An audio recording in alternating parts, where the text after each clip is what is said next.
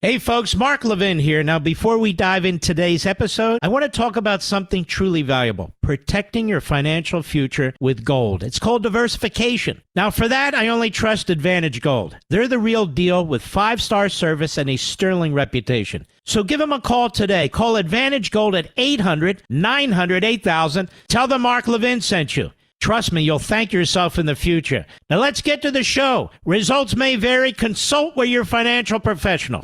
He's here. He's here. Now, broadcasting from the underground command post, deep in the bowels of a hidden bunker, somewhere under the brick and steel of a nondescript building, we've once again made contact with our leader, Mark Levin.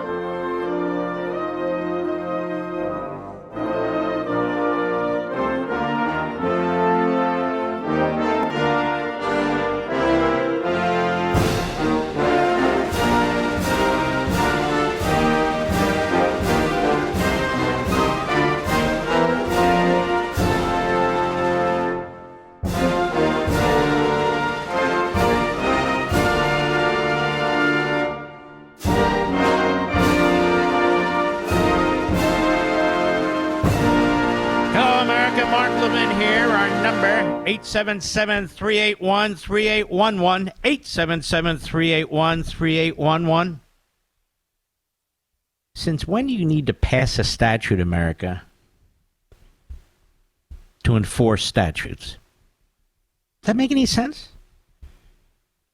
When laws are passed, you comply with the law. You don't need to pass a law that tells you to comply with the law. What am I talking about? We have immigration laws that have been built up over decades. Many, many, many decades. Laws that have been debated, amended, eliminated, new laws, debated, amended. We call them the law of the land. Congress passed them. Past presidents signed them. They're the law. Under the Constitution, the Take Care Clause, a president is required to comply with the law. Joe Biden comes into office. He doesn't issue 20, 30, 40, 50, 60 executive orders. He issues over 90 that affect directly and indirectly our law when it comes to immigration. And the purpose of the executive orders are to eviscerate federal immigration law, to reinterpret them in ways to make them nonsensical and inapplicable. That is a constitutional violation. Nonetheless, putting such a big issue aside, the idea that Congress needed to pass a law, a bipartisan law with about 2 or 3 Republicans supporting it, a bipartisan law with 2 or 3 Republicans supporting it, in order to, I guess, breathe life back into the already existing law, is a damnable lie. Joe Biden is a lowlife. He is detestable. He is a dangerous man. He always has been. He's unfit for any public office. He seeks power for power's sake and for profit. His reprobate son, who paid for sex, prostitutes. Prostitutes, in many cases, they're sold into slavery. Who was a drug addict, who illegally purchased a gun Is there anything this guy didn't do? He's a chip off the old block. That's what he is. And who can forget his daughter's diary, which he does not deny, where Daddy Joe would take showers with his daughter. I have a daughter. I never took showers with my daughter. How sick is this guy? And we have allegations of him rubbing the shoulders and the necks of little girls and women and smelling their hair. This is a sick pervert. And Tara Reid escaped the United States. She had to leave the United States to go to Russia, for God's sakes. To get away. To get away. She accused Joe Biden when she was like 28 years old, a very attractive staffer, of molesting her, a.k.a. raping her, in a hallway on Capitol Hill. Nobody believed her. All the Me Tooers, silent, just as they're silent about all the brutal rapes that took place in Israel. It's a phony movement. It's a phony movement. Now, Joe Biden went to the microphone today with all kinds of cool signs as he desperately seeks to hang on to the presidency. Secure the border, I think the sign said. Joe Biden, secure the border. I thought the border was secure. We were told it was secure by Joey and his spokes idiots and his surrogates, by the vice idiot, by Karine Jean-Pierre, by Mayorkas, the impeached anti-American secretary of DHS. I know they said it over and over and over again. Hat tip newsbusters cut one go. The border is closed. The border is secure. And the border is secure. The border is closed. The border is secure, and the border is not open. We have a secure border. I can tell you the border is secure. By what measure is it secure now, sir? So there is not a common definition. The president has done more to secure the border and to deal with this issue of immigration than anybody else. He really has. We're certainly doing a lot more to secure the border. As you know, the president has done everything that he can. He's done that alone without the help of Republicans. Why aren't you guys stopping the flow at the border? We are stopping the flow at the border. Secretary Mayorkas, do you continue to maintain that the border is secure? Yes, and we are working day in and day out to enhance its security. The removal of Title 42 does not mean the border is open. The border is secure, but we also have a broken immigration system. We have done a lot of work here to fix this system. I think the message is, in fact, not to come to the border. I don't think the more than 1.5 million people who have been removed or expelled from the border would consider the border open. Somebody walks into Texas or Arizona unvaccinated, they're allowed to stay. Why? But that's not how it works. Like we actually, no. I know that that's not what you guys want to happen, but that is what is happening. But that's not, it's not like somebody walks over and that's not how. Exactly what's happening. Wow. Don't you get sick of this regime lying to you about everything and anything? Don't you get sick of this? And then always pointing the finger somewhere else. They have complete control over the government through executive orders, through regulations, through fiats, because our system has broken down. Impeachment doesn't work. The courts, for the most part, not exclusively, for the most part, are owned now by the Democrats. The media are owned lock, stock, and barrel by the Democrats. So all the checks and balances have been breached. So Joe Biden, I'm looking at the headlines now, puts in strict border security enforcement measures. Joe Biden is the arsonist. He burns down everything. He burned down the secure border and the wall and the existing immigration laws. Those immigration laws, by the way, America, they haven't been repealed. Congress didn't repeal them. Congress didn't replace them. They're still there. All he had to do was sign an executive order repealing all of his executive orders, and then the law would be enforced. But he won't enforce the law. He's more than happy to blithely violate the Constitution of the United States. Now, if we had real reporters, they would report exactly what I'm saying. But we don't have real reporters. We have a conga line of freaks, frauds, and phonies. Now, here we have Breitbart, Neil Monroe. President Biden's much-touted pre-election border shutdown, quote-unquote, preserves multiple loopholes that allow unlimited mass economic migration into America's workplaces and housing. This means his border shutdown policy accepts the inflow of 75,000 illegal migrants per month, 900,000 per year. That planned inflow of illegals adds up to roughly one illegal immigrant for every 4 American births, and is in addition to the inflow of roughly 1 million legal immigrants and 750,000 temporary workers allowed by Congress's 1990 law. Yet the Biden plan also exempts a huge number of extra migrants who enter via his border loopholes. Those exceptions are already delivering at least 85,000 migrants across the border every month, or 1 million a year, without approval from Congress. This means Biden's border shutdown policy will actually allow the inflow of roughly 3.5 million legal, illegal, temporary, quasi-legal migrants every single year. Now think about that if he's reelected. Think about that. Almost 15 million.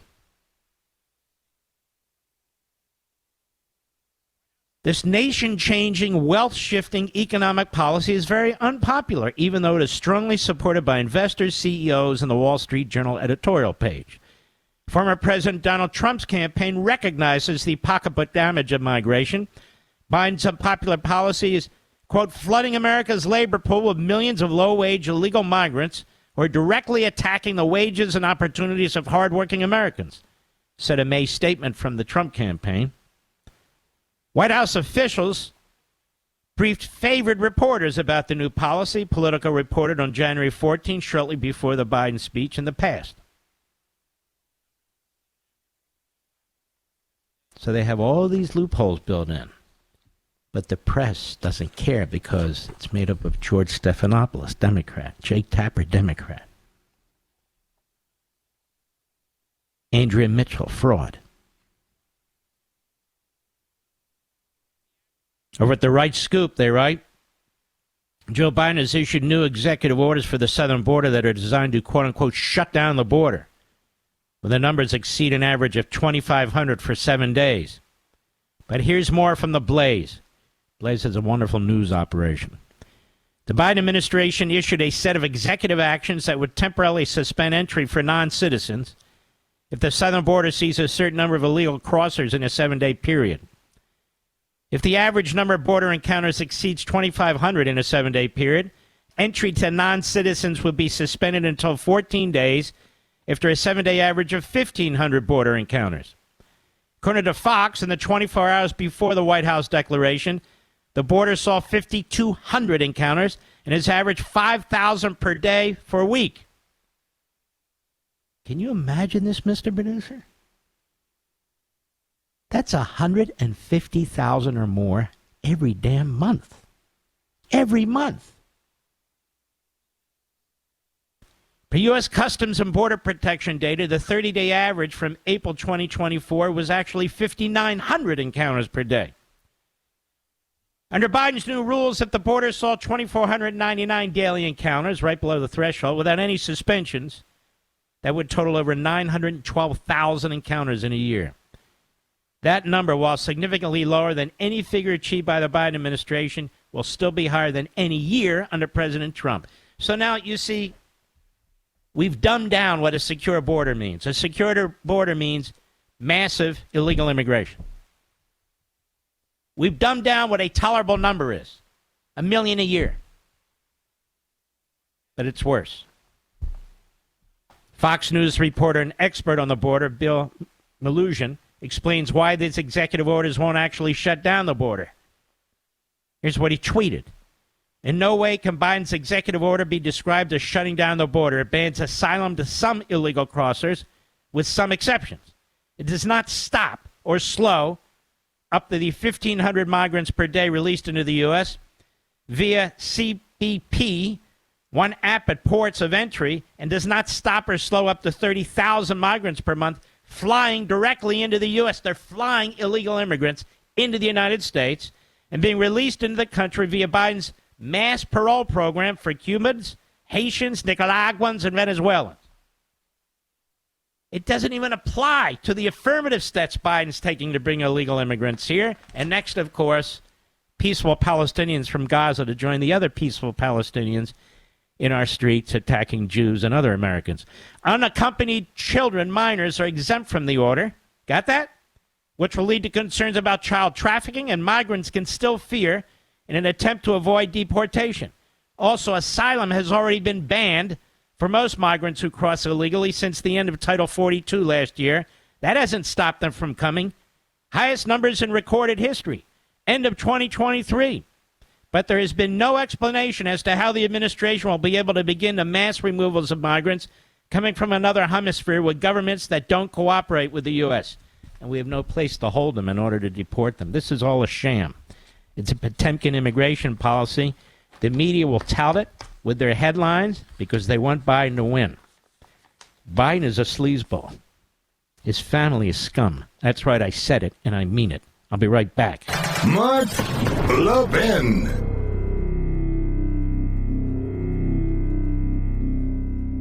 You know, folks, China, Russia, Iran, they're all on the move. Right here in the U.S., you've got inflation, you have open borders, and, of course, an election year. Oh, and we just crossed over $34 trillion in debt with no signs of slowing down. It's time to wake up, folks. There's a lot at risk, possibly even your retirement account. The time to protect yourself is before a crisis, not after. Advantage Gold, the gold and silver company I recommend to help Americans. Well, they'll help you prepare now for times just like these. Call them at 800-900-8000 today. Get their free 2024 gold and silver kit. Plus, tell them I sent you, and they'll give you a special Mark Levin discount worth up to $1,300 if you qualify. Call Advantage Gold today. Here's the number, 800-900-8000. Plus, see if you qualify to get your special discount worth up to $1,300 today, 800-900-8000. Performance may vary. Past performance is not necessarily indicative of future results. You should always consult your financial and tax professional.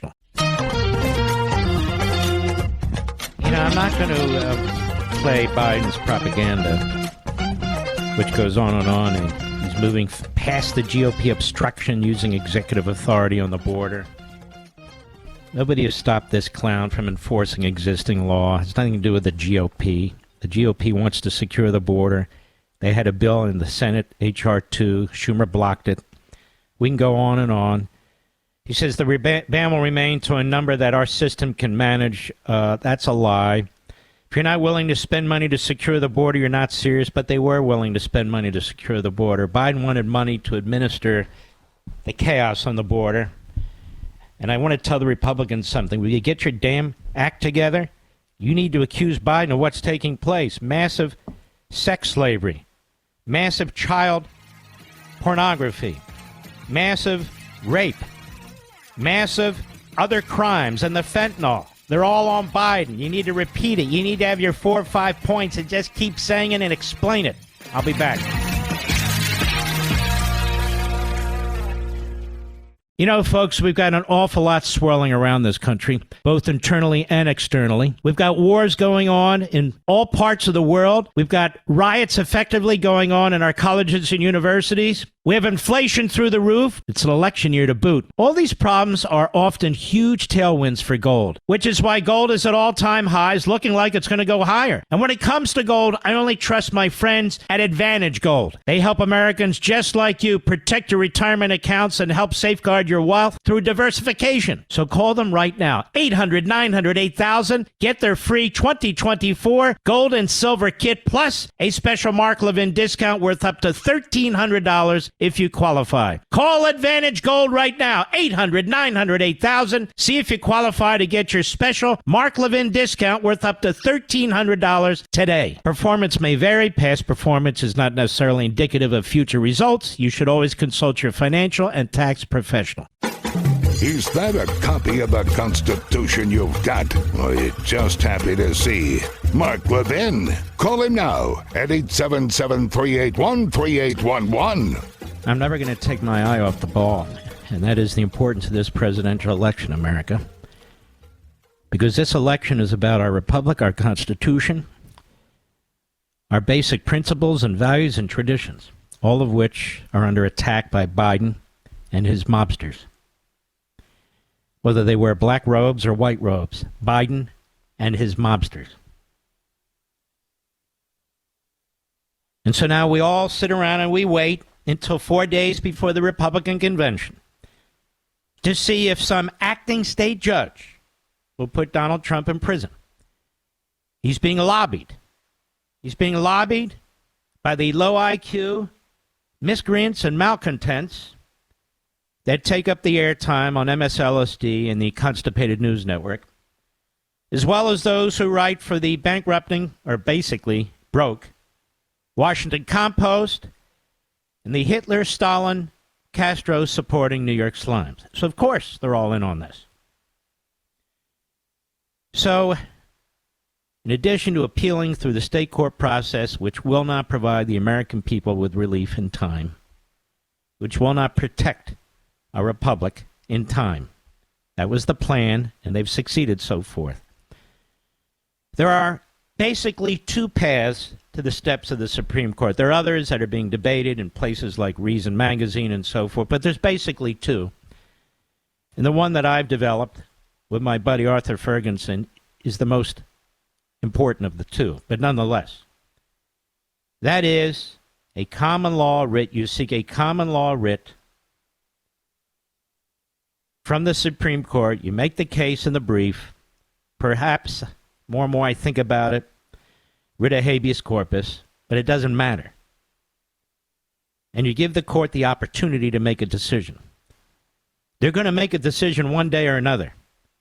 They should do it now, before it's too late and a precedent is set and a presidential election is damaged, as well as core parts of the Constitution, equal protection and due process, as well as our federal campaign laws, but more, you people who are not part of New York State. I feel bad for patriots who are, but there are patriots all over the country in 49 other states. And we have to rely on a corrupt Democrat Party judicial and prosecutorial system to influence the fate of a presidential election? There's only one body that can fix this. There's only one. Only one, the Supreme Court. And if it chooses not to, then the system will unravel. If it takes the case and makes the wrong decision, the system will unravel. And there'll be multiple filings in different forms and through different processes to the court over and over again. Basically with the headline, "Help, they're killing our country." You have to understand that in these prosecutors and judges, in these phony bar associations, in these clown shows of television programs with these clown judges on CNN or prosecutors, former prosecutors in their ilk, and MSNBC and so forth, they are promoting a tyranny, totalitarianism. They support the nullification of due process and equal protection in the case of Donald Trump.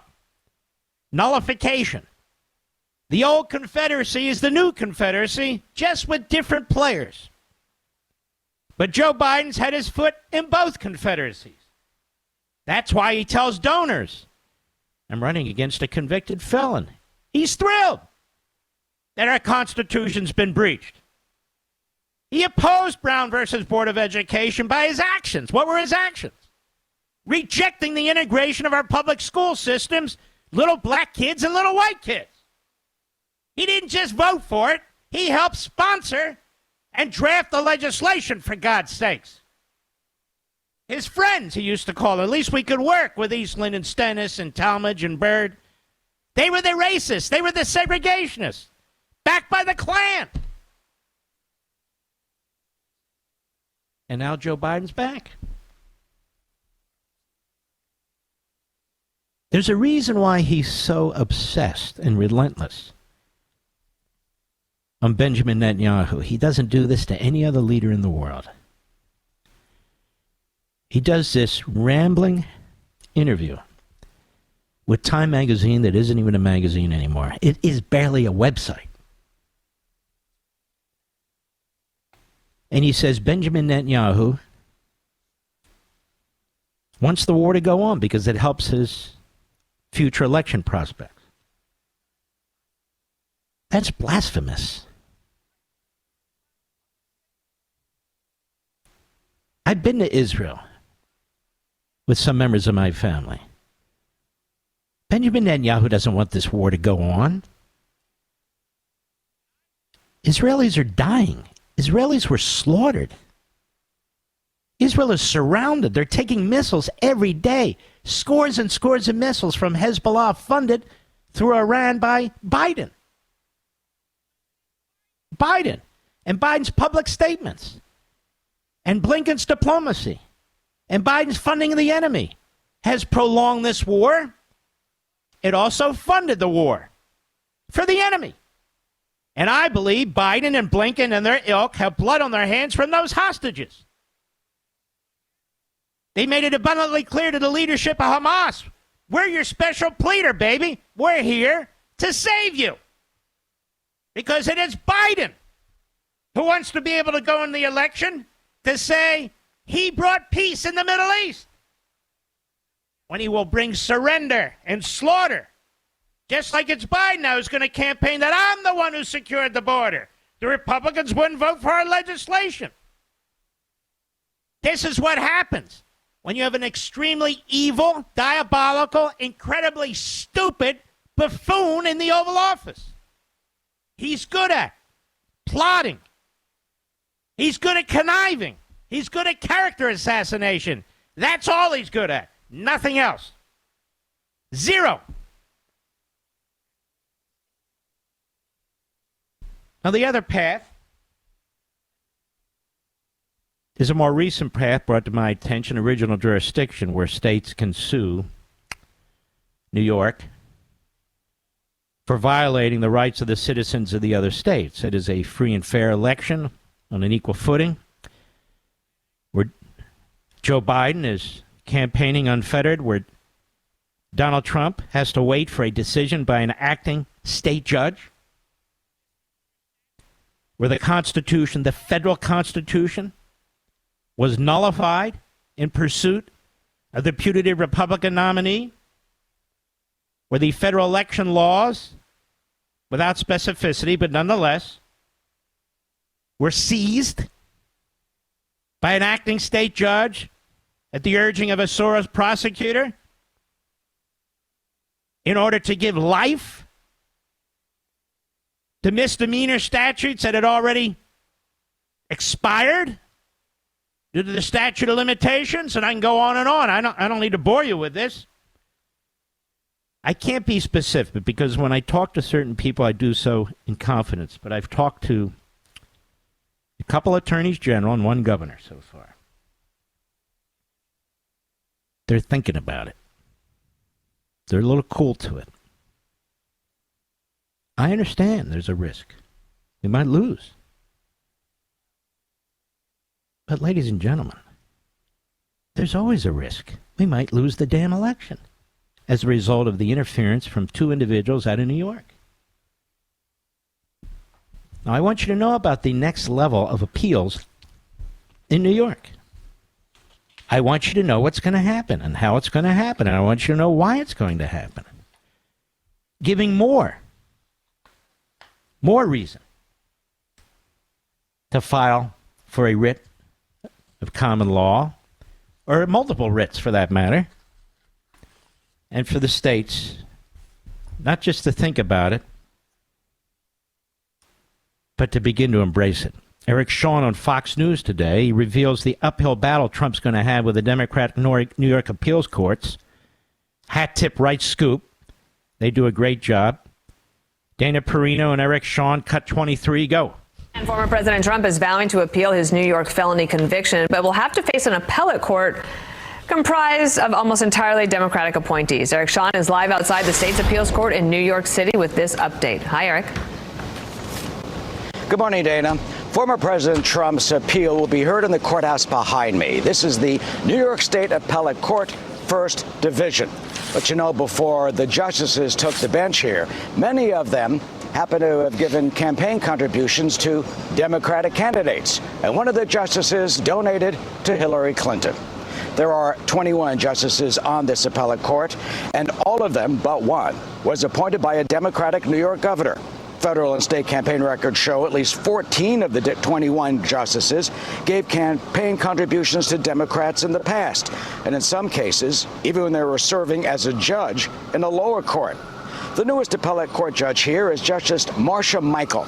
Justice Michael was appointed 8 months ago by Governor Kathy Hochul. In 2014, Justice Michael ran for a New York State Assembly seat in the Democratic primary in the Bronx. She was endorsed by then New York City public advocate Letitia James, who, of course, went on to become the state's attorney general, who prosecuted Trump in his real estate trial last year. Here you see James and the judge on the campaign stump in 2014, but Judge Michael lost that election.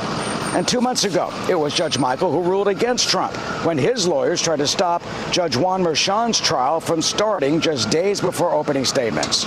And another justice here, Ellen Gessmer, gave thousands of dollars in campaign contributions to Democrats before she took the bench.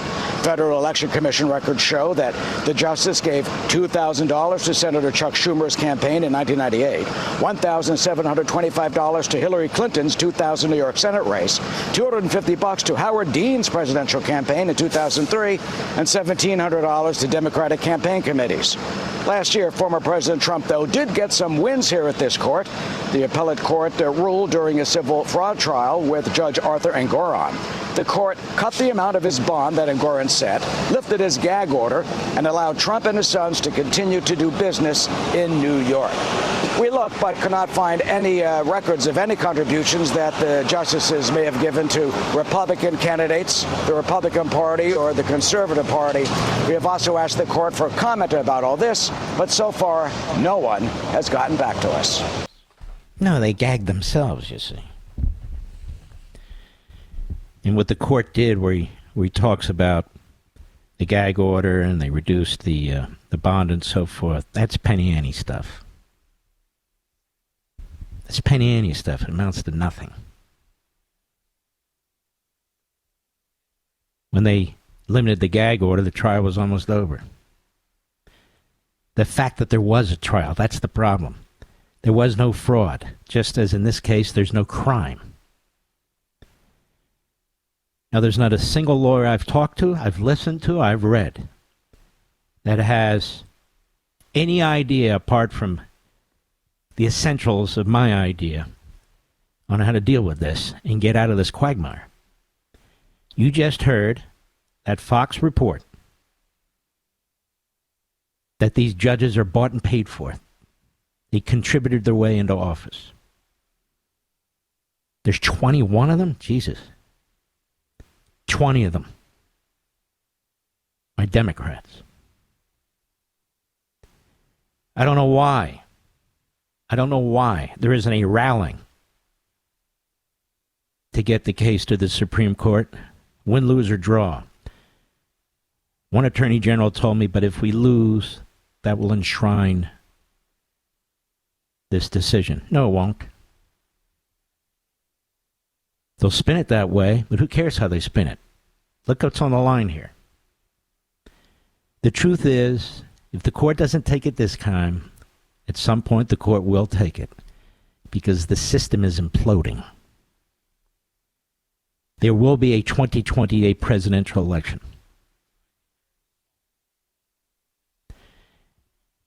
And if Trump's the winner, he will not be running for re-election. And if Biden's the winner, God forbid, he won't be running for re-election.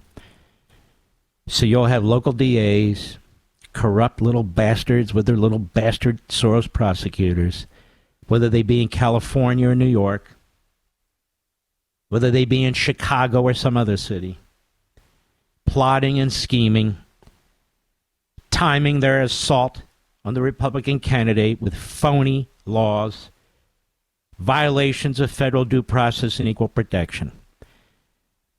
So I would just tell Republicans, you think this is going to satisfy these vultures? It's going to excite them. And they'll be coming again and again and again. Where are the brave statesmen? Why are there only a handful of us? Why was it only me? Where are the rest? I'll be right back. Mark Levin.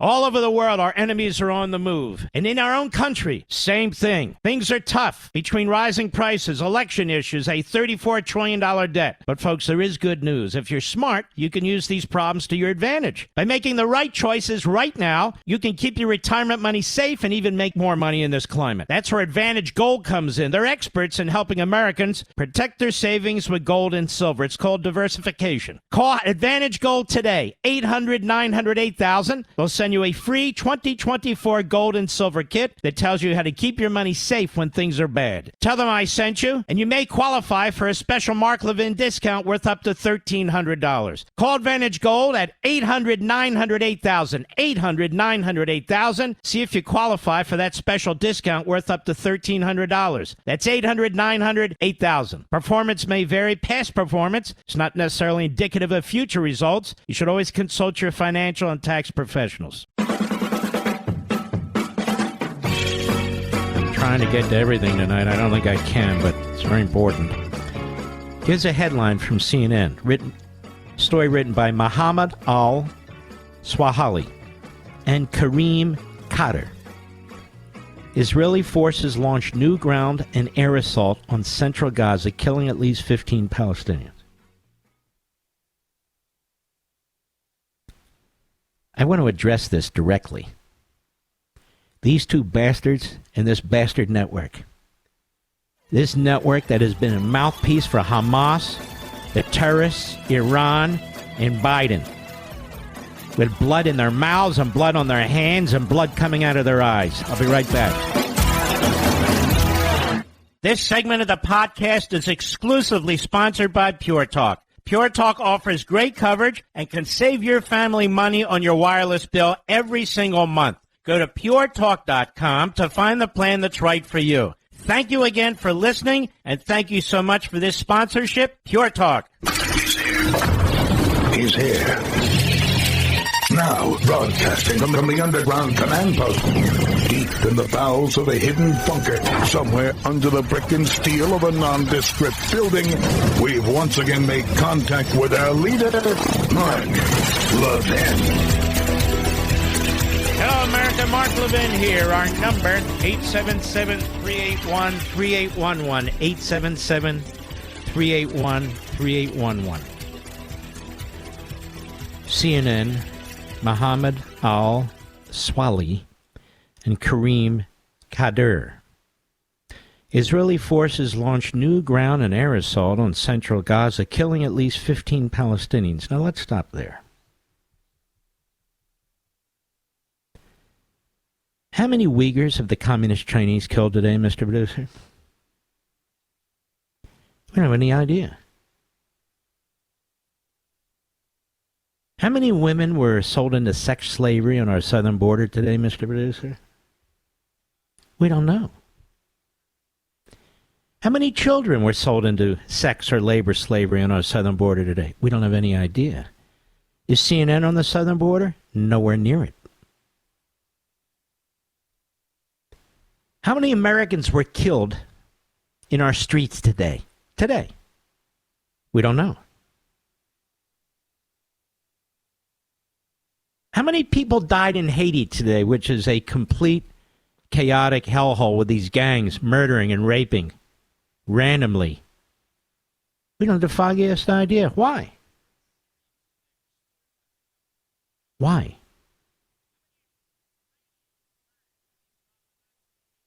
How many Ukrainians died at the hands of the Russians today? You can see on the internet. We don't know. We have no idea. How many Christians were murdered? How many black Christians were murdered in the Congo by black Muslims today? We don't know. How many Syrians today were slaughtered by their government? We don't know. How many Iranians were murdered by the Islamo-Nazi regime in Tehran today? We don't know. Why don't we know? How many Yemenis were killed by the Houthis today? We don't know. How many Lebanese were killed by Hezbollah today? No idea. None.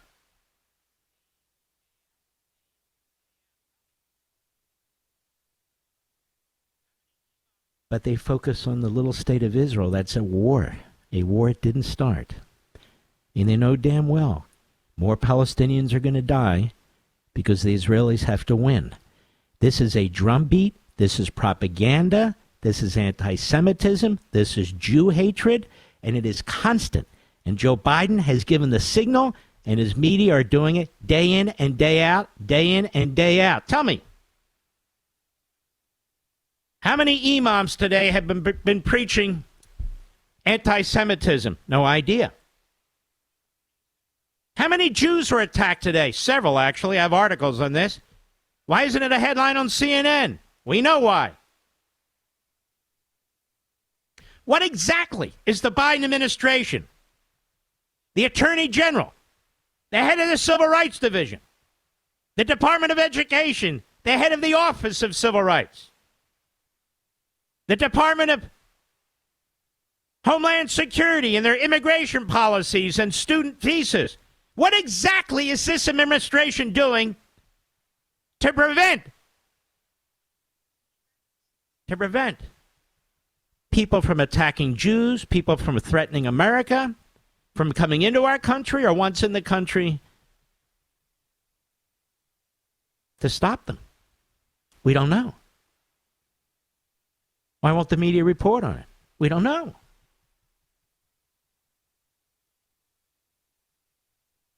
How many American citizens today have been killed by illegal aliens? Do we know?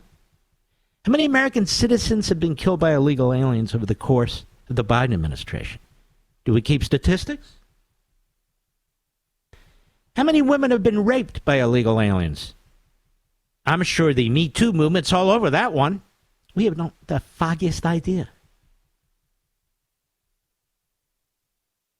But the media will tell you that 15 Palestinians died because Israel was attacked and they are defending themselves in a war. Why do they report that? Why do they keep reporting that? And then they have a line here, CNN cannot independently verify the IDF's statement. The IDF is telling the media what it's doing. Our Pentagon are the weakest generals and admirals in modern American history, or maybe in history, period. They don't tell us that during the course of war.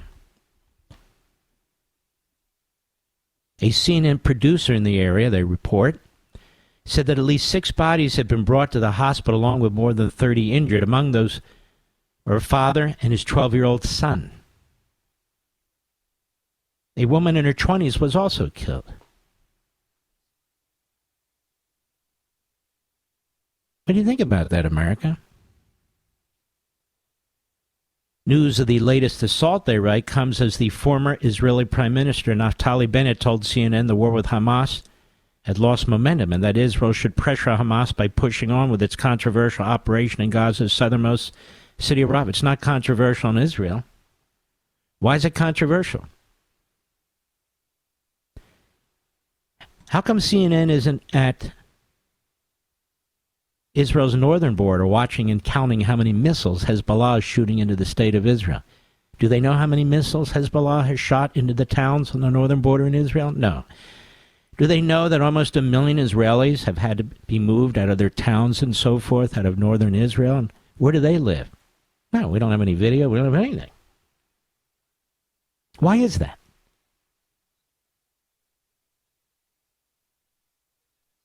How many women and girls are being held in Iranian prisons right now and being raped and tortured? We have no idea.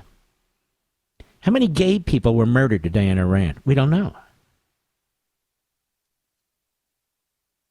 Were they in their 20s? Was it a mother? A father? How about children? How many children were murdered in Iran today? We don't know. Well, why don't we know? Because CNN isn't telling us. Nor is MSNBC, nor are the newspapers, nor is anybody. Why? You see, ladies and gentlemen, the Jews are protecting themselves. And that's a bridge too far. Joe Biden is an anti-Semite, and I want it repeated, and I want to be quoted from here to eternity, from here to the end of the earth. And Joe Biden, for half a century, has been an anti-Semite, just as he was a racist and a bigot. But anti-Semites are very good. Very good. Political anti-Semites are very good at confounding people and confusing people, saying one thing out of the side of one mouth and another thing out of the side of the other mouth.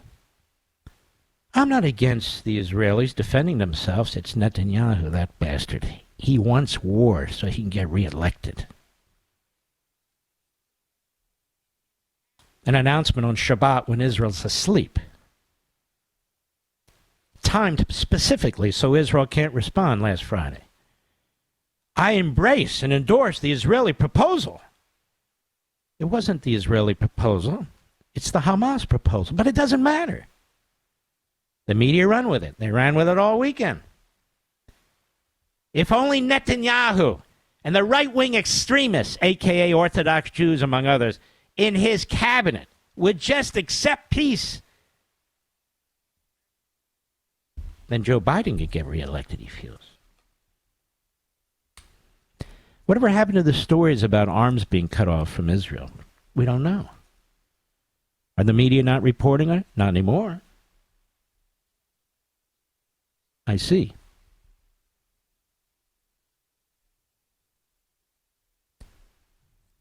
You know, I wrote a whole book on this, on freedom of the press. The American media isn't the American media.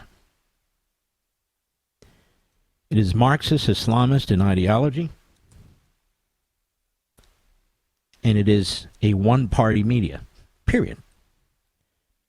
And that's why what took place in Manhattan is so important, to expose more and more people to the fact that this media, that should be jumping up and down about due process rights, about equal protection, about a state seizing federal authority on elections, about the impact on this election, about a Soros prosecutor and effectively a Biden judge, an acting judge, and the corrupt appellate system in New York, and how the Democrats are all lined up and their donors and this, that, and the other. CNN won't touch that with a 10-foot pole. Neither will MSNBC. You want to know why? They hate the country. They're all Democrats, or worse. And they've taken the First Amendment to empower themselves and their ideology. That's not why we have a free press, quote unquote. It's to protect us. But now, who protects us from a press that is free to destroy us?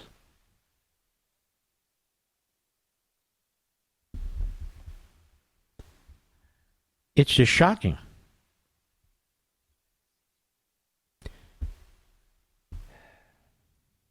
Al-Aqsa Martyrs Hospital.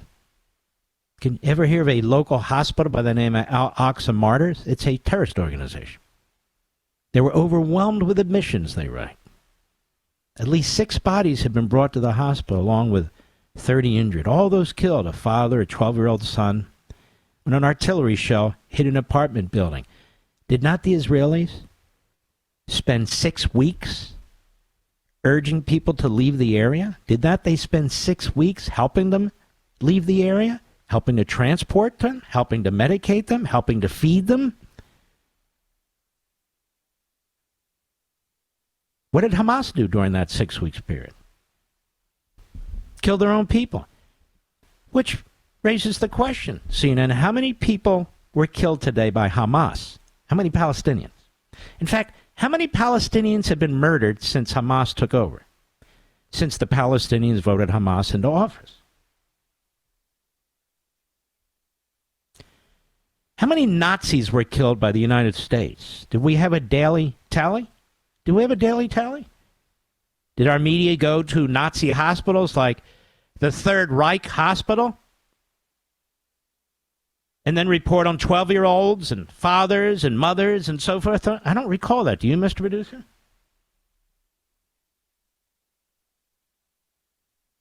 There is systemic Jew hatred in the media and in the Democrat Party, as there is systemic American hatred. That's the nature of Marxism and Islamism. This is propaganda written up by demagogues, by a network that hates America, hates Jews, and hates Israel. Yes, they have Jews at work there. They're shameful and shameless. That doesn't give them cover. Not what spews the poison and cancer that spews from their mouths and from their pens. The New York Times, for most of its existence, has been owned by a Jewish family. Two.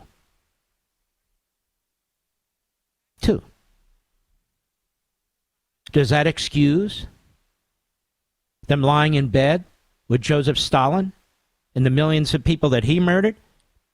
Does that excuse them for having a chief correspondent in Berlin that was sympathetic to Hitler and the Third Reich, and they knew it? And they did all they could to censor the Holocaust? Does that excuse that? No, I don't think it does. Does Chuck Schumer, who attacks the elected leader of Israel, who behind the scenes supported the Iran deal while he came out and voted against it because he's a weasel, that ensured that Iran would have a nuclear weapon? Does the fact that the Democrat leader in the Senate is Jewish, does that give them cover? No. None. This is the reality. Israel may have committed war crimes and Netanyahu wants to keep power, said Biden. Biden's party is fractured on the war that Hamas started, writes Hot Air, Ed Marcy, with those brutal massacres, rapes, and kidnappings. So Biden is tossing his friends, quote unquote, under the bus today by quasi-accusing them of war crimes and Netanyahu of prolonging the war to keep his grasp on power. This is blasphemous. And I bet more hostages were murdered today after the media reported this. Because Hamas knows it has free will to murder, to rape, to kill hostages, to kill their own people. Thanks to Joe Biden's big mouth and Blinken's radical policies. This damn thing would have been over already. It would have been over. Hostages would have been freed. It would have been done. And now they say, you got to get this war over with, Netanyahu. Which is what he's been saying from day one. I'll be right back. Mark Levin.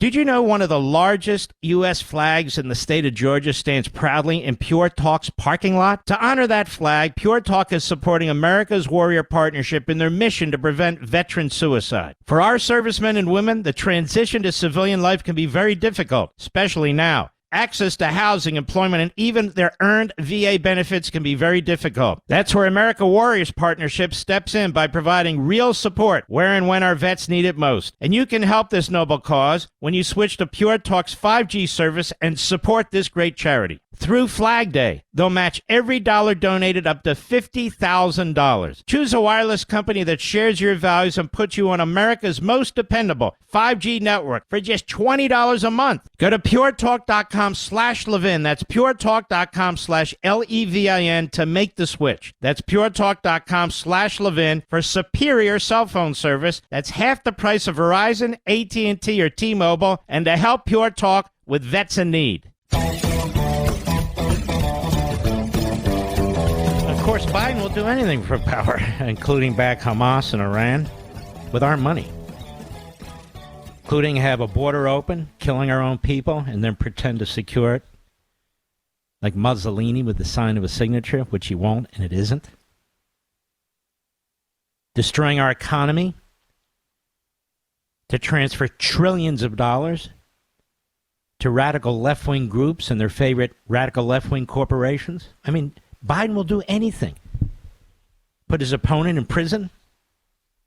This is why George Stephanopoulos jumped out of his seat like he was sitting on a cucumber, Mr. Producer.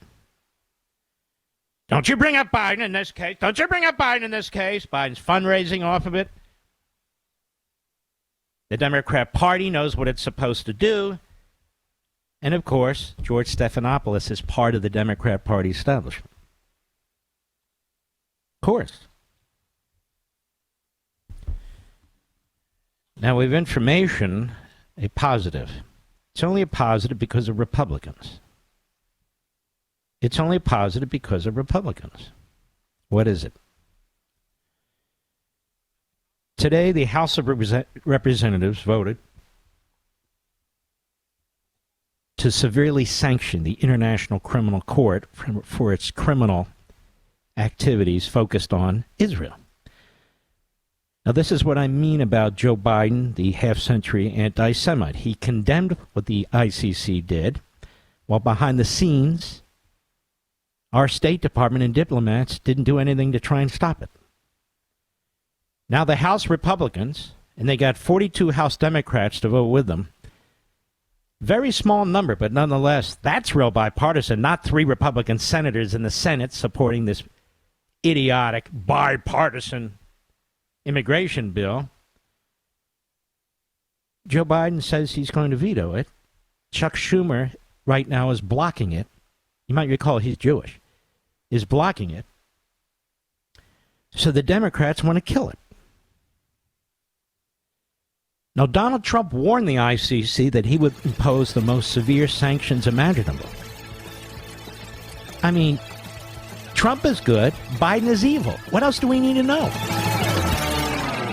Did you know one of the largest U.S. flags in the state of Georgia stands proudly in Pure Talk's parking lot? To honor that flag, Pure Talk is supporting America's Warrior Partnership in their mission to prevent veteran suicide. For our servicemen and women, the transition to civilian life can be very difficult, especially now. Access to housing, employment, and even their earned VA benefits can be very difficult. That's where America Warriors Partnership steps in by providing real support where and when our vets need it most. And you can help this noble cause when you switch to Pure Talk's 5G service and support this great charity. Through Flag Day, they'll match every dollar donated up to $50,000. Choose a wireless company that shares your values and puts you on America's most dependable 5G network for just $20 a month. Go to puretalk.com/Levin. That's puretalk.com/LEVIN to make the switch. That's puretalk.com/Levin for superior cell phone service. That's half the price of Verizon, AT&T, or T-Mobile, and to help Pure Talk with vets in need. This is the nation's town hall meeting, and you can join in at 877-381-3811. Yeah. In the Georgia case, Red State reports Democrats are still celebrating what happened in New York, but arrested their plan to subvert the 2024 election. It's just hit a major snag. Well, how's that? Well, yesterday, the appeals court there handling his case, that is the Georgia case, set oral arguments, ready for this, Mr. Producer, for October 4th. That's a month before the election, so that means there won't be a decision in time.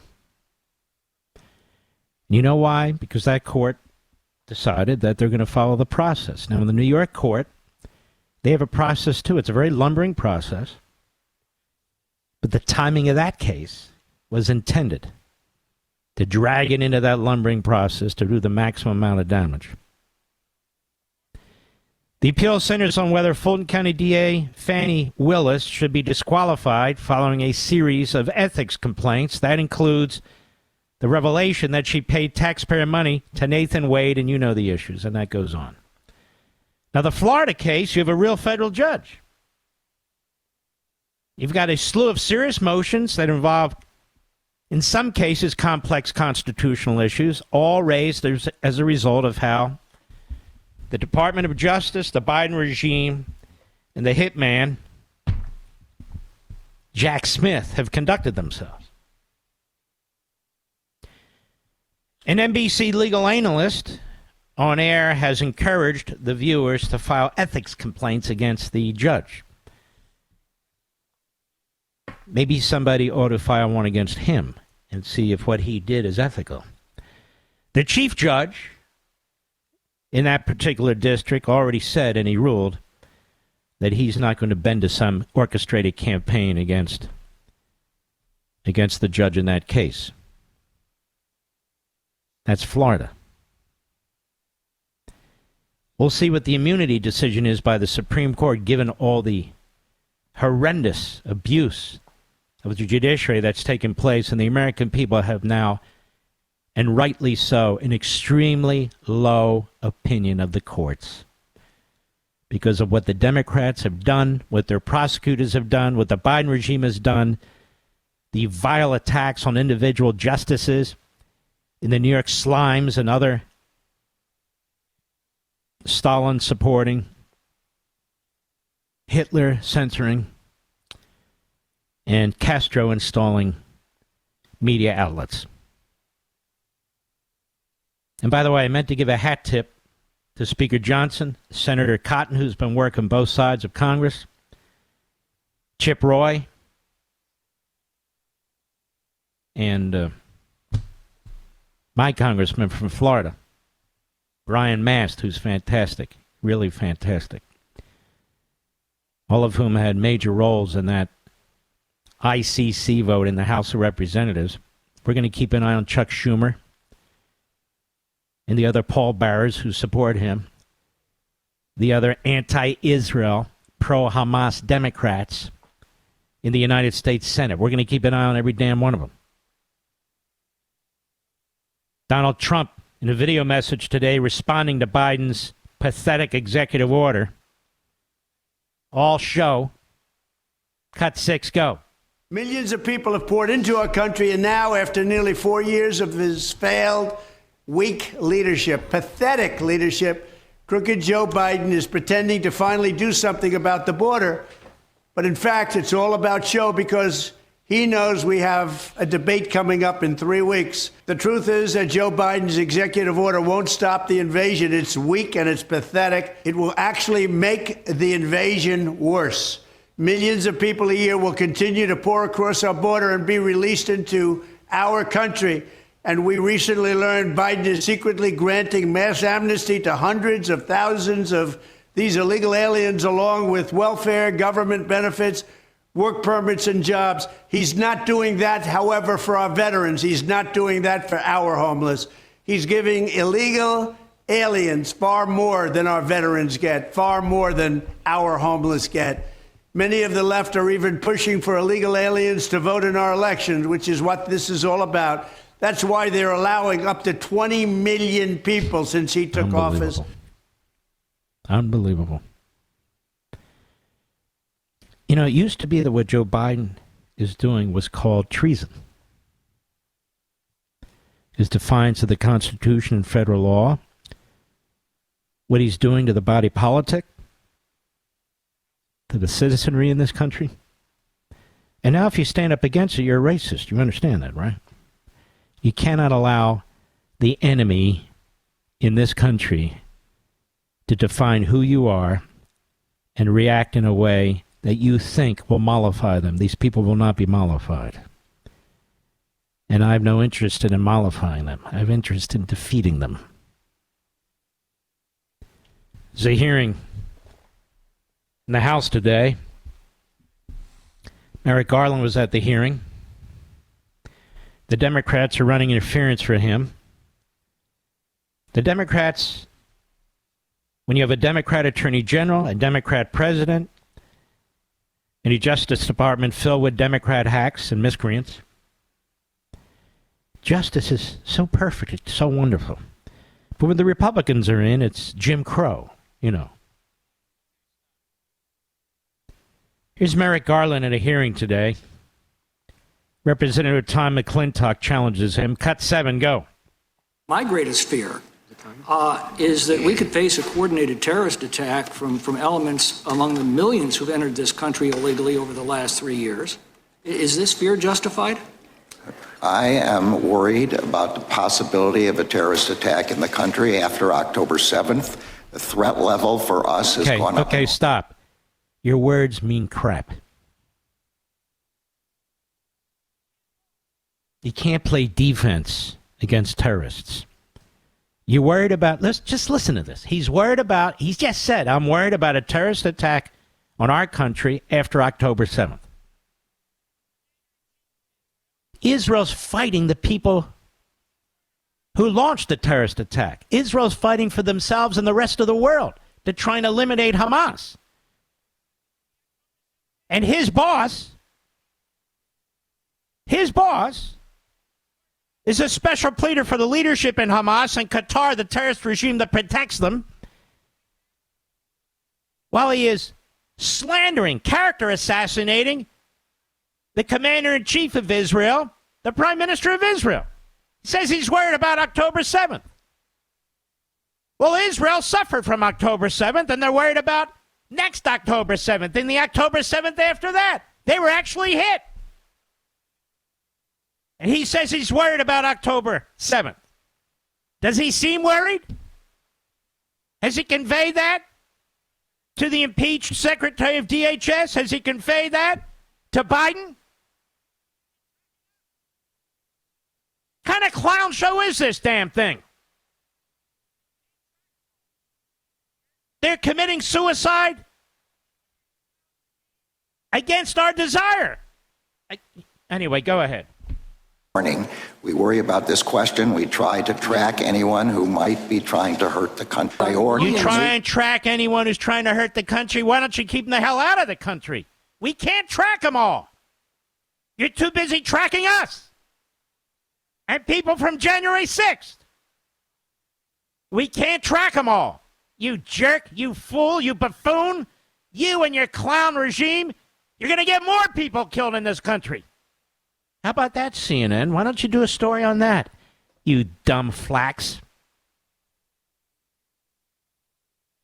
Go ahead. For the administration's policies, you now have millions and millions who have been allowed into this country or who have evaded the Border Patrol while they've been overwhelmed admitting these millions in. And I worry about the stage is set for something very bad happening in the very near future because of your administration's policies. No, you don't understand. They have an answer, Representative McClintock. It's Trump's fault and the Republicans for not voting for the phony legislation. They're all set. The media is all set because we all know it's going to happen. We all know it's going to happen. So it's Trump, MAGA, and the failure to vote for Joe Biden's legislation. That's it. Case closed. Representative Chip Roy to Merrick Garland. Does Texas have a right to defend itself from illegal aliens? Cut 8, go. Do you believe that Texas has a right to defend itself and to ensure that people who are in this country are not here illegally and that we can protect the citizens of Texas from people unlawfully here who are committing crimes to Elizabeth Medina, who's no longer with us because the federal government refused to do its job? Yet the Department of Justice is suing the state of Texas to stop implementation of SB 4. So do you say, as the Attorney General of the United States, Texas does not have a right to defend itself and to protect our citizens from murder by people who have come here illegally into the United States? I say, as the Attorney General and as a human being, that my heart goes out to the families, that these are terrible. No, it doesn't. No, it doesn't. You have ice water in your veins. You have a heart of granite. Because you're in a position to do something about this. I don't give a damn where your heart goes. You're full of crap between your ears, and we all know it. You are the Attorney General that has overseen the most lawless, let me put it this way, the most lawless actions in the United States in our history. And rather than telling the president, you represent us, rather than telling the president, you give your flim-flam that your heart goes out. Really, your heart goes out. I'm sure the people who have suffered as a result of illegal immigration are really pleased to hear that. Go ahead. I say, secondly, as the Attorney General, the way to stop people like this from coming into the United States is to give more resources. See what a political hack he is? Give more resources to the Border Patrol. Fine. But the Border Patrol needs to be able to do their job under existing federal immigration law. That you won't enforce, you schmuck. Go ahead. So that they can prevent it. Mr. Attorney General, no. You don't want we the people of Texas, money's not going to solve the problem when the Department of Homeland Security and the President of the United States refuse to enforce the law, ignore the policies, and Lizbeth Medina would be here alive today if we were following the law. Lake and Riley would be here today if we had not released a killer onto the streets of the United States of America through parole policies that this administration is advancing. Doesn't her life matter too? Doesn't her life matter too? Don't we believe all lives matter? But for the Democrats, only lives that are lost that they can politicize, particularly through racialism, do lives matter. And yet, brown people, by the thousands and thousands, are being enslaved and abused and raped, even little kids on the southern border.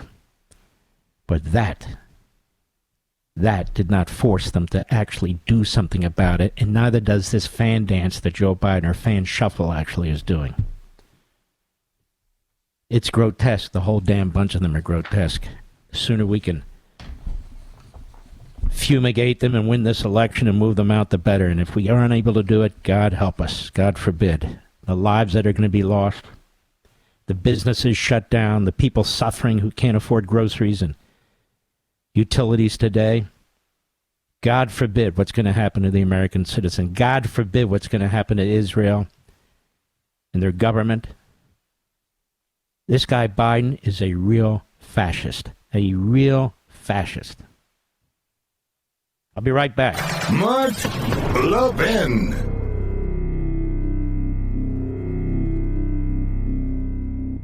Did you know one of the largest U.S. flags in the state of Georgia stands proudly in Pure Talk's parking lot? To honor that flag, Pure Talk is supporting America's Warrior Partnership in their mission to prevent veteran suicide. For our servicemen and women, the transition to civilian life can be very difficult, especially now. Access to housing, employment, and even their earned VA benefits can be very difficult. That's where America Warriors Partnership steps in by providing real support where and when our vets need it most. And you can help this noble cause when you switch to Pure Talk's 5G service and support this great charity. Through Flag Day, they'll match every dollar donated up to $50,000. Choose a wireless company that shares your values and puts you on America's most dependable 5G network for just $20 a month. Go to puretalk.com/Levin. That's puretalk.com/LEVIN to make the switch. That's puretalk.com/Levin for superior cell phone service. That's half the price of Verizon, AT&T, or T-Mobile, and to help Pure Talk with vets in need. When I return in the next hour, Pete Hegseth and tons more. And yes, I shall return.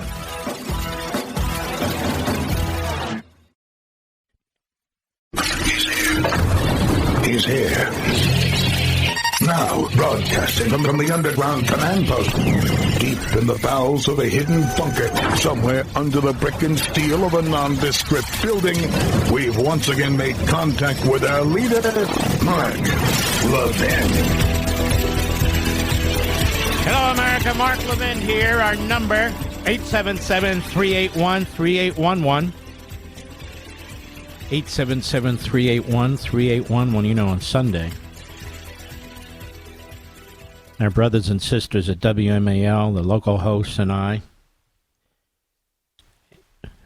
we met fabulous patriots, an event that WMAL has every year.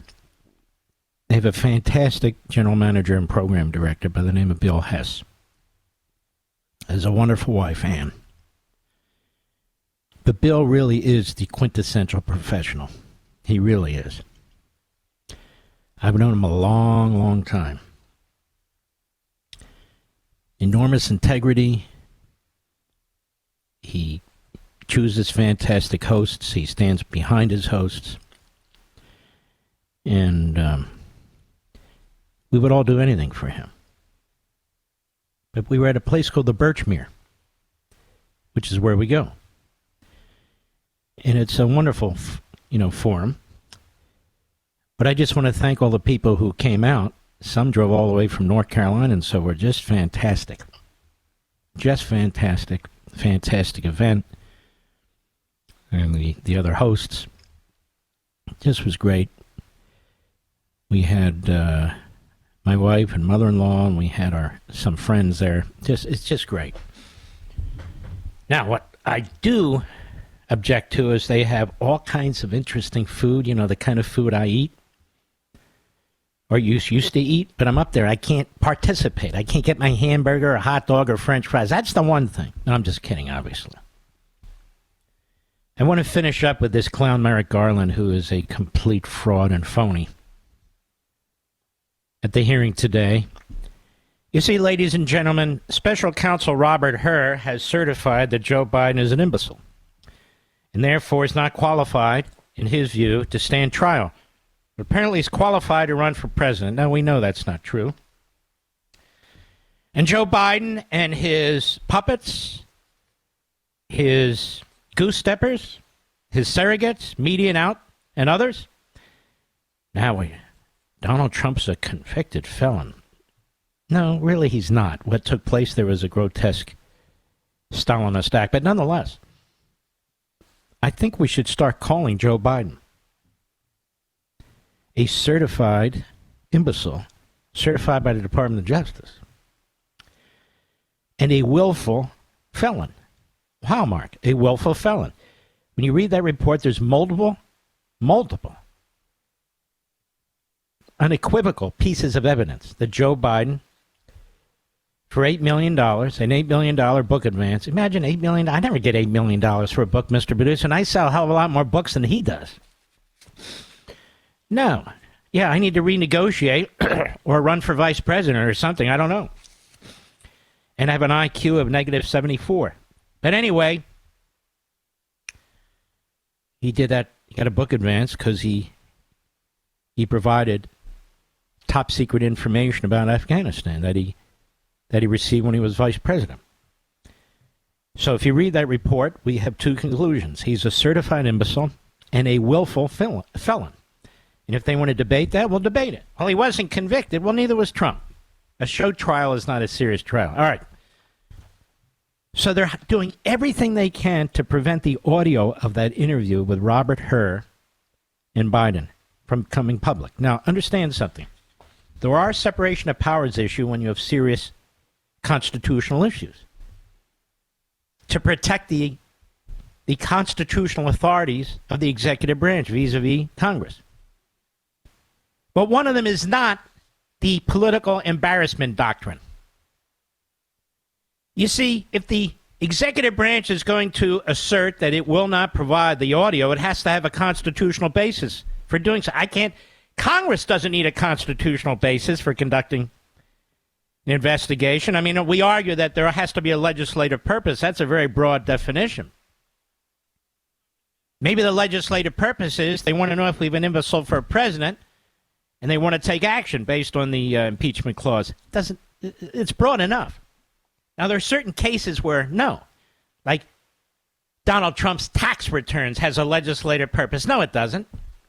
But whether or not Joe Biden is fit to serve in office, he's still president, regardless of the election. He still has access to the nuclear codes. Congress may want to know. And now we learn that the so-called transcript of the audio wasn't accurate. They took out all the dumbass parts. You know, stuff like that. The Nancy Pelosi stuff. But this is where meritless Garland draws the line, because he's a political hack. Comes across as a nerdy professor, nerdy judge. Is a dangerous, vile, poisonous hitman who cannot get over the fact that he's not on the Supreme Court, and thank God he is not. At least not on ours. Maybe he could be on Russia's. Cut 10, go. That is why I have provided the committee with Special Counsel Herr's report, why the Special Counsel testified for more than 5 hours, and why we have gone beyond precedent to provide the That's committee... not beyond precedent. That's typical. In fact, it happens every time. But now he's gone beyond precedent by providing a text of what Joe Biden said. They didn't ask for a text. They want the audio. The cover-up about Joe Biden will be written about in the history books, but that doesn't do us any damn good, does it? This clown's a cover-up artist. He's a hitman. He's a slip-and-fall left-wing kook lawyer. Go ahead. Transcripts of the Special Counsel's interview with the president. But we have made clear that we will not provide audio recordings from which the transcripts that you already have were created. Releasing the audio would chill cooperation with the department in future investigations. No, it wouldn't chill cooperation with the department. Anybody remember that grand jury tape? Remember it? When Bill Clinton was hit with the cigar stuff? Remember that? Remember the look on his face? Did that chill Joe Biden? No. Cooperation. What did we get out of Joe Biden? We got confessions, but no prosecution. So what does he mean that would chill cooperation with the department? You know what that's called? A damnable lie. Go ahead. And it could influence witnesses' answers if they thought the audio of their law enforcement interviews would be broadcast to Congress. Excuse me. Why are you covering up for this bastard? Your arguments don't even make sense. If Joe Biden had not cooperated with the special counsel, he would have been subpoenaed. Imagine the political consequence of that. He would have been forced to testify. And if he said no, presidential privilege, it would have failed, because the events we're talking about occurred when he wasn't president. He was senator, vice president, and a private citizen. None of this is true. And then it's like, Lunch Bucket Joe, this will have an effect across the department. No, it won't. You can't indict a sitting president. That's been our position. There's no chill of any effect here. None. Zero.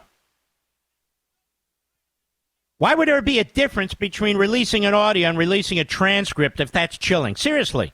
The only reason they don't want the audio to go out is one reason. Not because it's effect on the Department of Justice and its investigations. That is a damnable lie. It's because Joe Biden is an imbecile. Because what Robert Hur and his staff saw when they interviewed Joe Biden shocked them. It stunned them to the point at which they said he willfully violated the Espionage Act on multiple occasions, but there's not a jury on the face of the earth that will convict him. Why? Because he's an idiot. That's why. That's why. Go ahead. Public. Now, in response, certain members of this committee and the Oversight Committee are seeking contempt as a means... Look how tough he is now. The border, national security, terrorism. But this is where he's really tough and draws the line. Go ahead. For no legitimate purpose. Shut up, a-hole. I'll be right back. Mark Levin.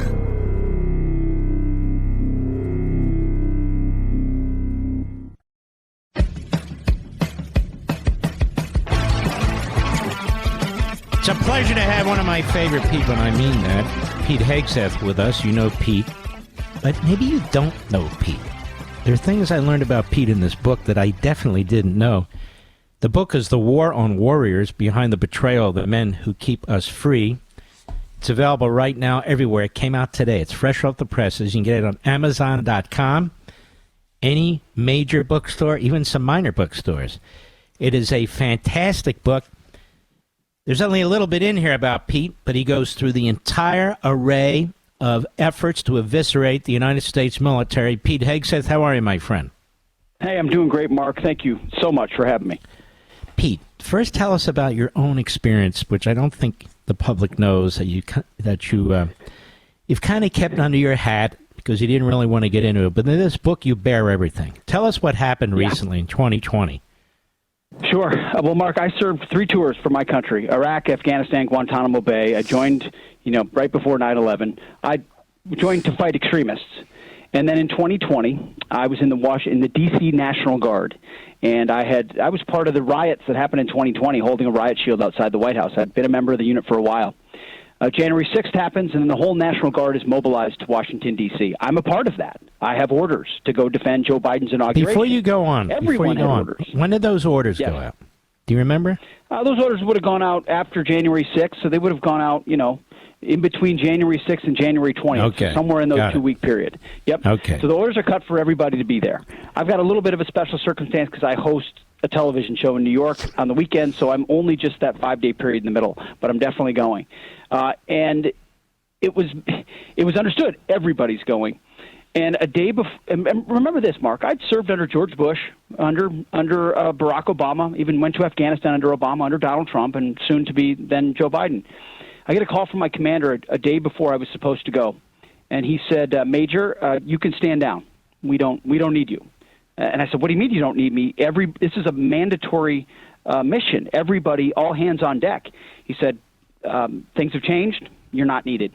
And he wouldn't answer my questions, wouldn't say why. I had a sense, Mark, at the time, why, that it might be political. He knew where I worked. He knew that I was a supporter of Donald Trump, but I didn't get an answer. Well, of the writing of the book, I called back leadership of the unit, who was one person in particular who was willing to talk. He'd been a part of the deliberations. And he confirmed for me that I had been deemed an extremist by my unit because of a Christian tattoo I have on my chest, which is a very common Christian tattoo, the Jerusalem cross. And it had been used in its excuse to say that I was a white nationalist, something I've never been accused of being, and certainly not. I'm not going to even attempt to defend it. It's so absurd. And as a result, that's why they revoked my orders. Was it because of that? Was it because I worked at Fox News? Was it because I'm a Trump supporter? Was it a combination thereof? I don't know. All I know is my political ideology is what was used to determine whether I was capable of being faithful to defending the new commander-in-chief on the streets of Washington, D.C. And my unit said, "You are not."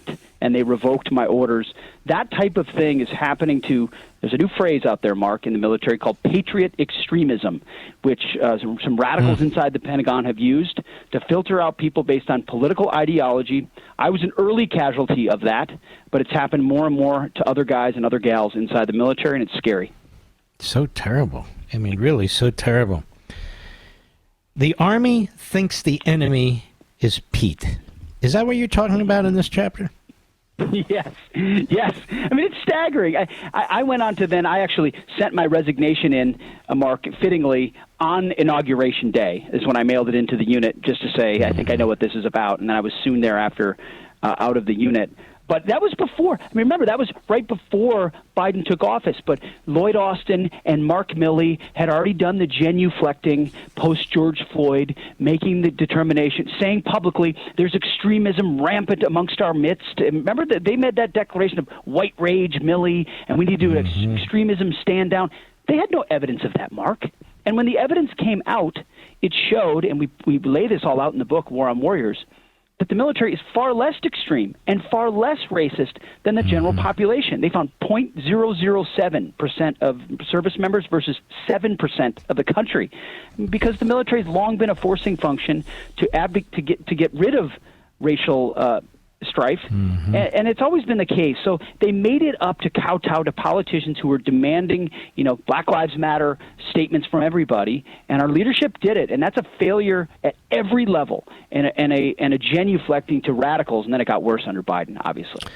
The book is The War on Warriors. You can get it at Amazon.com. It'll show up tomorrow. I encourage you to do that, or any major bookstore for that matter. Now, I'd like to go to this chapter, because this chapter kind of actually plays into what you were just saying, which is Marxist adjacent military academies. Tell us about that.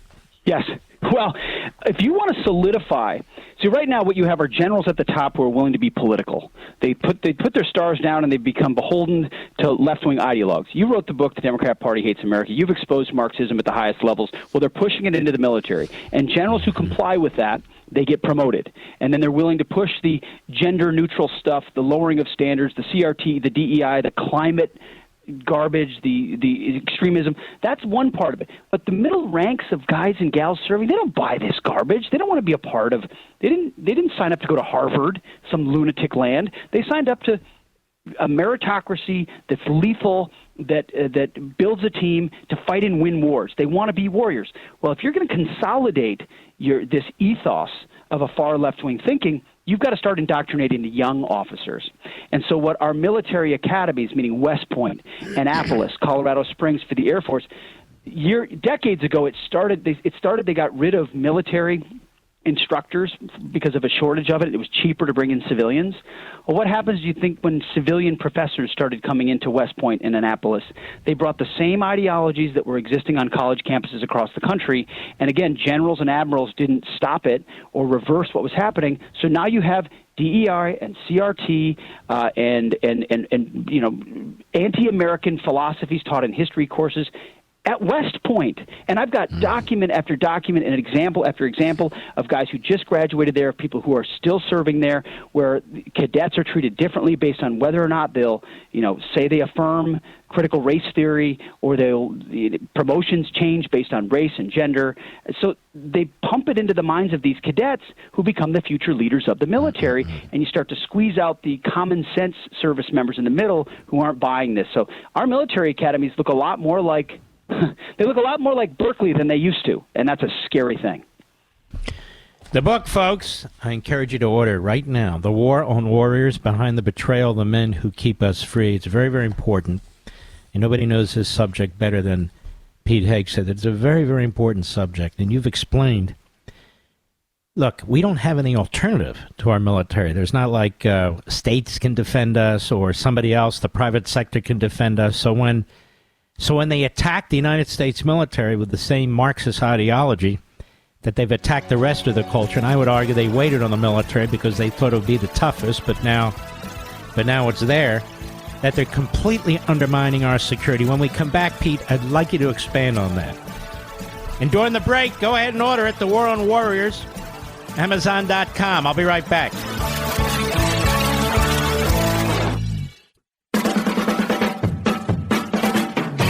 The thunder on the right. Call in now, 877-381-3811. Welcome back, America. We're here with our buddy Pete Hegseth. The War on Warriors, Behind the Betrayal of the Men Who Keep Us Free. So, Pete Hegseth, you have children, and some of them may be thinking about going into the military and so forth. And yet the military really is the last bastion of cultural patriotism, and it's under attack, and you got a commander-in-chief like this one and so many lousy generals. What do you think about that? As always, Mark, you're right over the target. That's the operative question of the book. It's really why I wrote it, because I spoke with so many other vets who asked themselves the question, would I recommend that my own kids serve? And at first I thought it was automatic, and then I started really looking at everything saying, I don't know. And so the last chapter of the book, the epilogue, is a letter to my sons. I have 5 of them. They're young, but the question is, would I recommend that they serve? And I waited, I wrote the entire book, and then I waited to write that letter at the end because I wasn't quite sure where I would come out. And ultimately, Mark, with a new commander-in-chief, I believe there's so many patriots in this country who are willing to put the country first and put their life on the line for it if that country's deserving of it. And there's a reservoir of that goodness. Ultimately, I said, if not my sons, then who's it going to be? I say it as a joke, but it's true. There aren't enough lesbians in San Francisco that are going to join the 82nd Airborne. It's not. Yeah. That's not. It's got to be patriotic boys, mostly boys, plenty of girls, but mostly boys. From Kentucky and Tennessee and Texas and Wisconsin and all over the country who say, "I will do my duty." And so I ultimately do recommend that they should serve. And there's some nuance in why I recommend it, but I reserve the right, in 4 or 5 years to make a different recommendation. But you said it, Mark, when we went to the break. You're right over the target. This is different than education. This is different than tax rates, which you can flee by moving to a different state. This is just like one of the topics you talk about the most, our judicial system. We only have one justice system. We can't recreate a set of our own courts on the side. We have one. Either we save it and it has integrity and it actually follows the rule of law blindly, or it doesn't. Same with the Pentagon. And so if we don't fill it full of patriots who are willing to push back even at the lowest level, we're going to lose it to the wokesters. And I won't let that happen in my generation if I have a fighting chance. By the way, which branch would you recommend? Any? Well, you know what? I don't recommend a branch, but what I do recommend in that letter is that they move into, as much as they're able to, the elite forces. So go join the Green Berets, go join the Navy SEALs, go join the MARSOC Special Forces, go join the Army Rangers, go join the best of the best where a lot of this stuff isn't still there and where you'll find an elite brotherhood. It's creeping in there too, but my recommendation, I don't care what service you're in, just go join the best. What do you see for the future of the United States military? It'll matter who the commander-in-chief is, obviously, right? Big time, big time, big time. It's a top-down command organization. A new commander-in-chief can create a whole new ethos. You got to fire a lot of woke generals. As Donald Trump said in our interview with him over the weekend, he said he would fire those generals. You've got to just root and branch, rip out the toxic stuff and return the standards to what they were, recognizing that men and women are different. And then you've got to be judicious about how you use that military, Mark. I mean, look at what happened in Afghanistan. That's a part of the reason the recruiting crisis is so bad as well. Like, are we training to fight the last war, or are we training to fight the next war, and are we building a military capable to defeat our peer adversaries? Because right now China's building a military specifically designed to defeat us, and we're building a military that's designed to fight the last war and serve defense contractors. And a lot of it is because generals go along to get along, then they leave government, and then where do they go, Mark? They go straight into the defense industry, where the feedback loop continues, and the weapon systems and the procurement process never changes.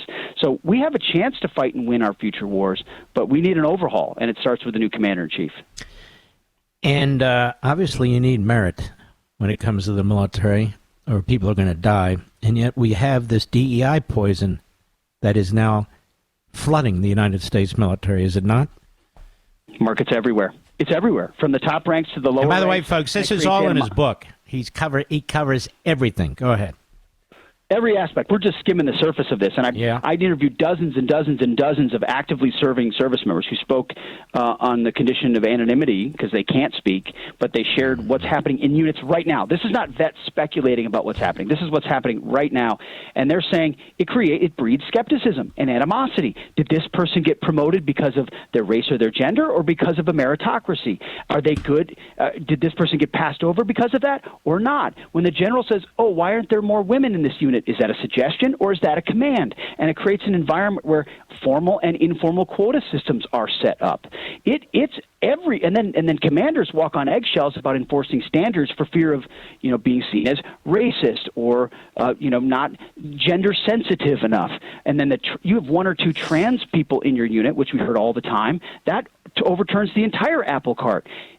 The military is meritocracy. It is lethality. It is mission execution. It is killing bad guys and fighting wars. None of this social engineering crap should be anywhere near it. And the next defense secretary and commander-in-chief needs to say, if it's not about war fighting, if it's not about beans and bullets, if it's not about meritocracy, then get rid of it. And it started with, all the there's the whole story. I can't tell the whole story, but a lot of it goes back to women in combat. There was no study or evidence that said women should be in combat units, but they chucked the evidence. They chucked the studies, and they said, we're going to ignore that men and women are different, and we're going to put them in the same units no matter what. And it didn't make us stronger, and it hasn't made us more lethal, and everybody inside the military knows it. We just need leaders courageous enough to stand up and say, I'm not going to take this anymore. And so this next commander-in-chief, Donald Trump's going to have to be ready for a fight with his hands on the Pentagon. He's going to need the right people there to do it with him.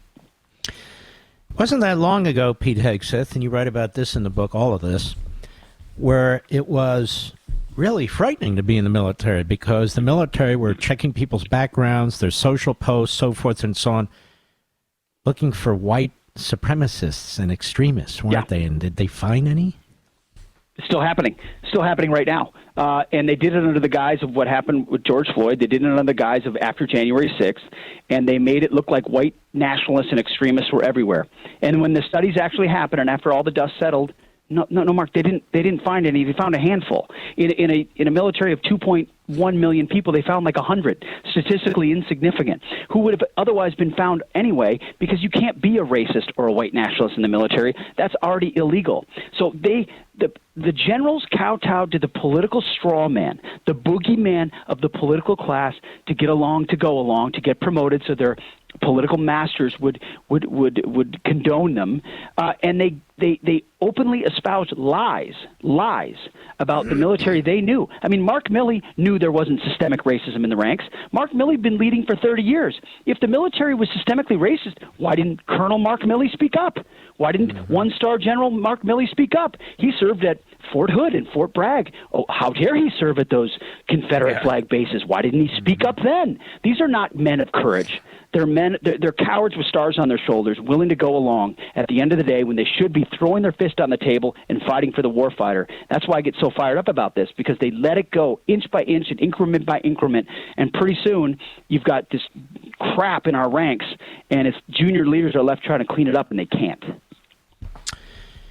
So when you sit down to write a book, and you got a family, you got a TV show, and you're busy, I know the experience.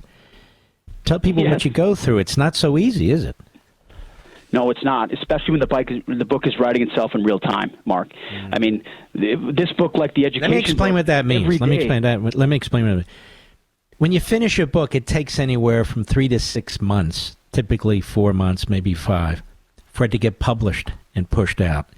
And so you feel like events are going on and you're trying to keep up with events if you write a book like this. And it's not possible. So you've got to really be smart about how you approach the book. There's a lot of thinking that goes into how you're going to present your book, and that's what you're talking about. That's exactly right. How do you order the chapters? How do you order the arguments? How do you keep it as fresh and updated as possible? Like, the one thing I knew I had to get in here is that Mark Milley was out and the new chairman of the Joint Chiefs was C.Q. Brown. And so I had, at the last minute, had to try to get information in about that. Otherwise, it would have been dated. You got to... And it, I'm getting new examples the entire time and new headlines the entire time. There's a point where you have to say, this is the book, and this is the argument I'm making. But I knew where I wanted to go because I conducted, you know what I did on Saturdays after my show, Mark? I sat in my office at Fox News, and I did phone interview after phone interview after phone interview and after phone interview with guys serving. And I wrote it all down, and I took direct quotes, and that's all throughout the book because I didn't want just my experience, and I didn't want just a small cluster of the guys I served with it. I wanted across the board, and what came of that was an amazing education, different experiences, but the same framework. The generals always coming up, and careerism always came up. The walking on eggshells always came up. The lack of accountability always came up. The lowering of standards always came up. And this is Air Force, Army, Marine Corps. It doesn't matter. Elite units even. The schools where it's supposed to be really difficult to finish. You've heard of Mark, Ranger School and Airborne School and Air Assault School. They've all lowered their standards because they want more women graduating. And it's great if more women graduate, but what if those women aren't capable of meeting the Army Ranger standard? They should. The military says they're maintaining the same standards, but they're not. They're not. They're changing. And it doesn't help the women in the middle of combat either. It's very dangerous. No, it doesn't. It's very dangerous for everybody. And you know what? They never admit they're changing the standards. They just say the standards are evolving, Mark. The standards are evolving to meet a new dynamic, as if women are now suddenly biologically different than they were before. And I'm not dissing women. There's a lot of great women. No, I used to say, Pete, I have to be honest with you. In Russia, the men are men and the women are men. So There is that going for Russia. They're out there. They're out there. Just And I'll maintain say that as you know, my family comes from Russia, and I think Ukraine or whatever the hell. Anyway, go ahead. No, that's it. Just maintain the standard. I don't care, but they don't. And so if they're not going to maintain it, then we should be saying these are combat roles for men only because it simplifies. Here's what when I was a platoon, I tell stories of when I was a platoon leader in Iraq in the War on Warriors, Mark, being in combat, what it's like, the brotherhood. The thing you want the least of are variables. You don't want distractions or variables. You want unit cohesion. You want unit readiness. You want unity of mission and effort, and no reasons for you to have differences within your unit. And when you're pushing in trans and you're pushing in gender and you're pushing in EV vehicles and all this other nonsense, it's all a distraction when their only job should be close with and destroy the enemy. America, there are books and there are books, and this is the book. It's a very, very important book. As I said on Fox on my show to Pete, I've never read a book that is this thorough and comprehensive in analyzing what's going on currently in the United States military. And I want to encourage you folks to get a copy of this book. Order it right now, Amazon.com, The War on Warriors, Behind the Betrayal of the Men Who Keep Us Free. It is a very readable book. It is an extraordinarily thoughtful book, and he's writing it also from his heart. Because, Pete, you have been an American warrior, and we're proud of you, and God bless you, and we're going to get your book. So thank you for all that you do, Mark, my friend. God bless you. Thank you. You are leading the charge at all time. You are General Levin, and we thank you for that. Well, you're very, very kind. You take care of yourself, man. You got it. Take care. You take care. If you go on my social sites, folks, we will link to the book on Amazon, but you can go there directly or any major bookstore. But I want to encourage you to get it because it's very enlightening. It's very concerning. And the only way for us to address these things is to understand what's actually taking place. If you know people in the military or people who are vets, if you're one of them and so forth, I would encourage these folks in particular to read it, but not just them. I read it. It's a damn good book. Mark Levin.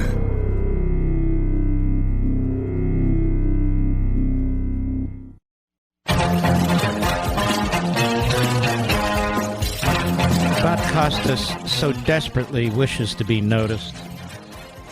He's such a civil rights leader, the little fella. He's contributed so mightily to the well-being of the country. At Breitbart, Bob Costas has heard the outrage over the brutal foul that Caitlin Clark suffered last Saturday. It was horrendous. He finds it very hypocritical. The internet erupted over the weekend after the Chicago Sky's Kennedy Carter blindsided Caitlin Clark with an unprovoked hit. In fact, she hit her on the left side. She could have easily hurt her knee, her hip, her back. However, in an interview on CNN on Monday, Costas pointed out that nowhere near as much outrage occurred earlier in the season when the Connecticut Sun's Alyssa Thomas clotheslined Angel Reese. The reason why that doesn't spark as much conversation isn't just that Caitlin Carter's a bigger star than Alyssa Thomas. It's because it's a black-on-black incident, and you don't have that done. You know what? You're such a stupid little A. You really are a stupid little ass. I'll say it. Nobody's watching the WNBA except Caitlin Clark. Not because she's white, but because she's the greatest female college basketball player in history. And people want to see how she's doing in the pros. So you little dumbass, even though you talk about sports your whole life, I think the only sporting game you've ever probably played, what would you say, bocce, Mr. Producer? Unfortunately, I had so much more, but we're out of time. CBS News, the $64 million mystery, how a wave of anonymous donations is fueling Joe Biden's 2024 presidential campaign. They'll break the law because they own the attorney general. It won't matter. We salute our armed forces, police officers, firefighters, emergency personnel, our truckers, the men and women in Ukraine, our brothers and sisters in Israel, and you, the American people. God bless each and every one of you, and thank you for listening. I'll see you tomorrow.